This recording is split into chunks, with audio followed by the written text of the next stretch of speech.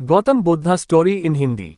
दोस्तों, आप चैनल पर नए हैं तो चैनल को सब्सक्राइब कीजिए। एक दिन गौतम बुद्ध अपने शिष्यों के साथ जंगल में आराम कर रहे थे। गौतम बुद्ध जिस वृक्ष के नीचे आराम कर रहे थे उस वृक्ष के नीचे एक कलश को दफनाया गया था। एक गांव के व्यक्ति को इस राज का पता चल जाता है कि उस वृक्ष के नीचे एक कलश है। चतुर गांव के व्यक्ति योजना बनाकर उस तक पहुंच जाता है। वह व्यक्ति वृक्ष के नीचे जमीन को खोजने लग जाता है। वह गौतम बुद्ध को देखता है पर उसे कोई साधारण साधु समझकर नजरअंदाज कर देता है। जैसे वो व्यक्ति जमीन खोदकर कलश को बाहर निकालता है तो उसमें बहुत सारा ध्यान सोना होता है।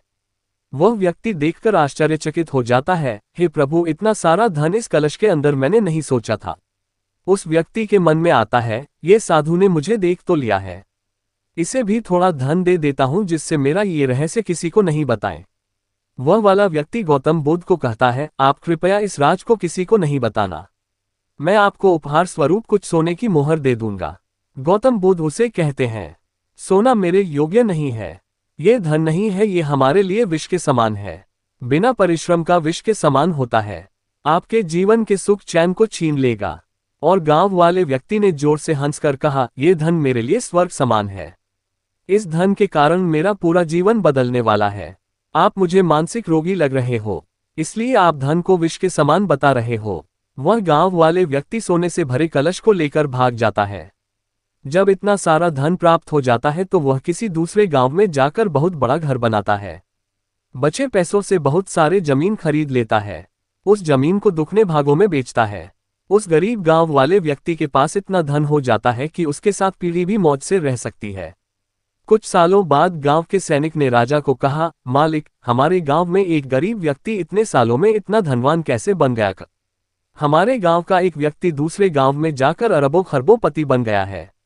जब मैंने इस बात की तहकीकात की तो मुझे ये पता चला कि उसने हमारे गांव से एक कलश को चुराया है। उस कलश में सोने मोती और बहुत सारा धन था। उसके धनवान बनने का कारण हमारे गांव से चुराया हुआ कलश है। राजा बहुत सोच विचार करता है और कहता है, अगर वह कलश हमारे गांव से मिला है तो कलश का असली हकदार यहाँ पूरा गांव होगा। वह धन का बंटवारा करना हमारा अधिकार है।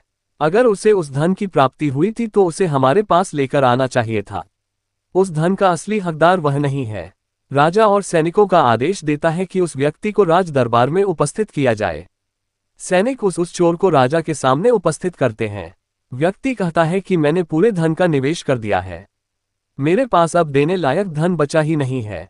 राजा आदेश देता है, जो भी संपत्ति इस व्यक्ति के नाम पर है सभी छीन ली जाए, इसे आजीवन कारावास में रखा जाए। चोर व्यक्ति जब सलाखों के पीछे होता है तब वह सोचता है कि मैंने उस धन का तो सुख सिर्फ 5 साल और पूरा आजीवन मैं और मेरा परिवार दुख और दर्द में रहेंगे। उस धन के सुख से करोड़ों गुना दुख भोगने वाला हूं। वह व्यक्ति जोर से रोकर कहता है, बिना परिश्रम का धन विष के समान है। अगर मैं उस दिन उस साधु महात्मा की बात मान ली होती तो आज अपने परिवारों के साथ में सुखी रहता, भले ही सूखी रोटी खाता पर अपने परिवार के साथ खाता। हे प्रभु, क्षमा कीजिए। लालच और बिना परिश्रम का धन इंसान को बर्बाद कर देता है। जो व्यक्ति परिश्रम करता है वह देर से सफल होता है पर सफल जरूर होता है। सफलता का शॉर्टकट खोजता है वह कुछ समय के लिए सफल हो सकता है पर आगे उसे निराशा और असफलता ही हाथ लगती है।